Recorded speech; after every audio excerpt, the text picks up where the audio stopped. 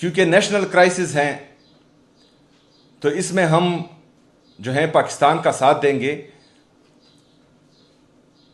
ہمارے کچھ صوبائی جو رقوم تھے فیڈرل گورنمنٹ کے ساتھ اس میں کچھ کٹوتی ہو رہی تھی. اسی وجہ سے ہم نے جو میٹنگز کی، بہرحال ہم نے اپنی صوبے کا مقدمہ لڑا، کیونکہ یہاں پر فلیش فلڈز اور کلاؤڈ بسٹ کی وجہ سے ہمارا جو نقصان ہوا تھا اس میں ہم نے پیسے دیے. ہمارا NFC کا شیئر وفاق ہمیں نہیں دے رہا.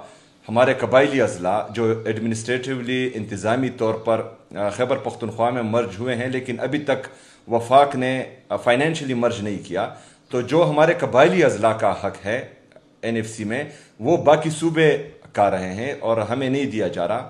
وہ بھی ہم نے بتایا. اس کے ساتھ ساتھ جو نیشنل پالیسی کے تحت ہمارے عوام کو زبردستی اپنے گھروں سے نکالا گیا ہے تو ان کو بھی ہم ریلیف دے رہے ہیں. وہ پیسے بھی جو ہیں صوبائی حکومت اپنی جیب سے دے رہی ہے. اس کے ساتھ ساتھ نیشنل پالیسی کے تحت دوبارہ دہشت گردی نے سر اٹھا لیا ہے تو اس کو بھی جو ہے ہم کاؤنٹر کرنے کی کوشش کر رہے ہیں اور اس پر بھی ہمارا کافی سارا پیسہ لگ رہا ہے.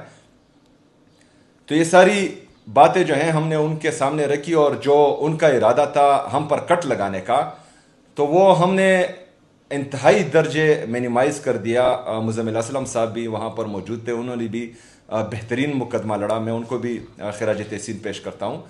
تو ہم نے یہاں پر خیبر پختونخوا کی حکومت ہمارے ساتھ ہیں. ہم نے خیبر پختونخوا کی عوام کے لیے ہم سے جو ہو سکے وہ بہترین ریلیف دینا ہے اور اس کے ساتھ ساتھ خیبر پختونخوا کی عوام کے ساتھ ہم نے پاکستان کا مقدمہ بھی لڑنا ہے.